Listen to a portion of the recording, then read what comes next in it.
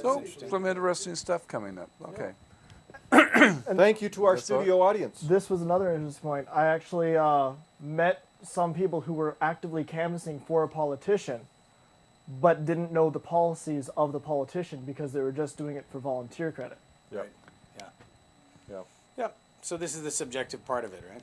Everyone's got a different motivation. Nothing is perfect. Nothing is perfect.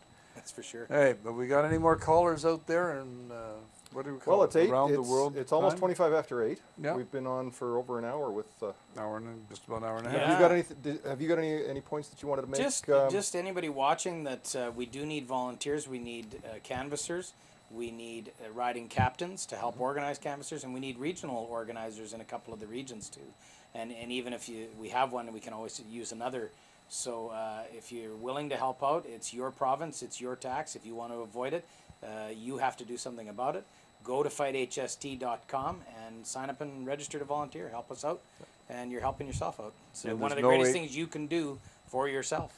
There's no age limit. Anybody is 16, 20, 25, although you'd want somebody hopefully that can explain Yeah, anyone. what's You're going right. on. We've actually had a couple of young people volunteer to collect signatures, even though they won't be able to vote in it To vote themselves. themselves. Now, if they're registered with the elections, Well, BC, That's That's the See, problem. they got to They be have to be- registered they have to be voters, so they registered can't. voter. Yeah, we've had people volunteer, Yeah. but you're right. we they have can to they clarify can that, be yeah. they can be party to the whole thing, but they can't actually witness a vote. Yeah, they can go with somebody who is a Most registered voter. 17-year-old could be a driver for something, Yeah. this type Yeah. of Yeah, thing. if they want to do. Yeah. So Ride when shotgun. they have to drive from Whitehorse to Atlan type of But thing. really, what I'm saying to the people is, we're going to provide a vehicle by which to fight this. Yep. It's up to you if you want to stop it.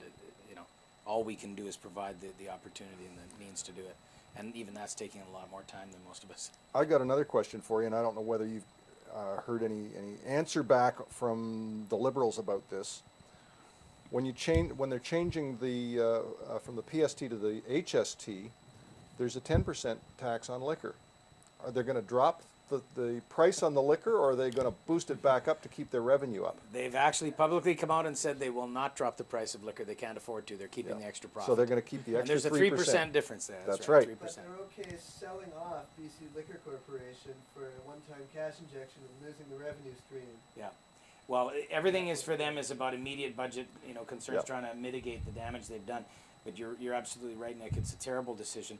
And on top of that, they've told everybody else the HST is going to reduce the cost of goods because businesses will pass on these savings. And then they're not doing except it. us. We won't Except do us. it. That's Yeah, right. I mean, that says it all, Yeah. doesn't it? There you go, folks. And Nick just made his point there, talking about the BC government selling the BC Liquor Commission. So he's obviously sitting on top of it, right? Well, yeah. And that's right. Well, Nick is obviously very well aware. I mean, but you're a lot older than 18, aren't you? 21. 21, yeah. But had I been allowed to vote at 14 or 15, I would have. Yeah. And I feel that I was relatively well informed at that time. I mean, you were. Aware of the You probably were. You're political probably more, like I say, more informed than a lot of people. which most people aren't. Yeah. Yeah. Well, But you know what? see- The truth of the matter is, Nick, most people aren't that well informed even as they get older. They're busy. They're trying to pay taxes. It's not that they're stupid. They're very busy. They're trying to pay their taxes. They're trying to work. They have other priorities. When it comes down to politics, a lot of them think, you know what? Doesn't matter what I do. It doesn't change anyway. There's a cynicism there, and fairly so. So what happens is every 4 years they think about it for a couple of days before they go into the voting booth, and they look and go, well, what's the best of the worst, and that's how they pick, right? And can't blame them for that. But I do think that an educated population is the way to go, because then you can pressure politicians. You can corner them on the issues that really matter. They rely upon ignorance a lot of times to get away with what they do. And an informed, educated public is one of the most powerful weapons that we have. And education is another key to this, because Nick and Andy here went to a school called Windsor House here in North Vancouver, which is an alternative school, the only publicly funded alternative school in Canada that I know of. Oh. And Mitchell didn't go to that, but his sister did. And when the school board is cutting schools down right now, one of the things was to cut down the school for Windsor House and the school for Oh yeah, the they always go after YLC. the special I'm, ones I'm first. proud to say, Nick, I don't think you were there, but Andy and Mitchell were there, and my daughter and her boyfriend were there at the school board meeting, and were the only 4 students. There What? was Good 3 for other you ones, guys. Was there 3 other ones there? but they left after they realized that the vote had already been decided. Okay. Do you know? Yeah. See, So you they were picked that there up real quick. Yeah. to make a point. But you know, educational choice, huge, hugely important, right? Yeah. You get competition going in education, and you get smart people, because all of a sudden this group over here is not as smart as that group over there. What are they doing well, right? What's that alternative school doing that those kids are doing so well, right? We should do some of that and more too. than that, it's the teachers say, well, they can't possibly be getting a better education because all the teachers are the same. Well, you know, it's funny. Teachers, I know a lot of teachers, and they're as diverse in the population as the regular population. There are conservative, there are liberal, there are socialist, there are left, there are right.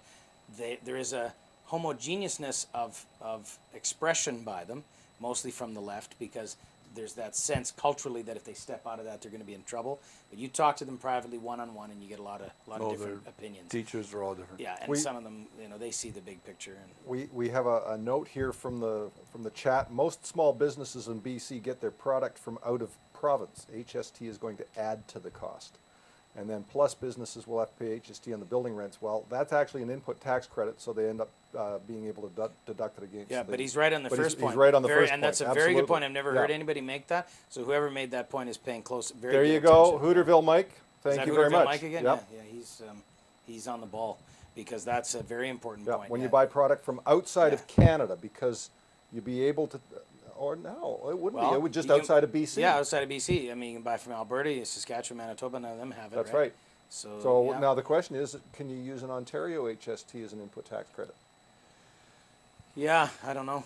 I mean, basically there's for two questions yeah, for you to basically, ask. but I mean, for business, it's very, very simple, right? You simply don't pay tax; you flow it through. Well, that's right. You get credits. That's for it. right. Yeah, but But he's making the point that that's basically going to boost the cost of the product to the business, so they're going Right. to have to raise their prices as Well, opposed to my, passing it through. Yeah. I have an average price for most of my personal clients. It's $1,000 or more. Yeah. So I will now have to charge each client $70 more to do their Yeah. tax return.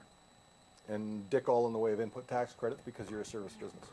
So it's absolutely a negative in terms of what I call my business, because I'm competing on a worldwide basis with people as well. Although my export stuff is, I can take it off, I don't have to charge it. in a tough economy, David, some of your clients on the lower end, the $400 or $500 people, are going to go. You know what? I think I'm going to do my taxes this year by myself. Absolutely. Yeah. Absolutely. That's what's And happened they're this just going last to go, year. yeah. And this is what happens, you know. So, I don't see it helping anybody at the end of the day. Well, it's like the Olympics right now. I don't see, I wish I could say that I know all sorts of people that have made some money. But let's ask our studio audience here again, because Peter, my 25-year-old son, made the comment to me a couple of days ago that none of his friends, or a whole bunch of his friends anyway, don't have jobs.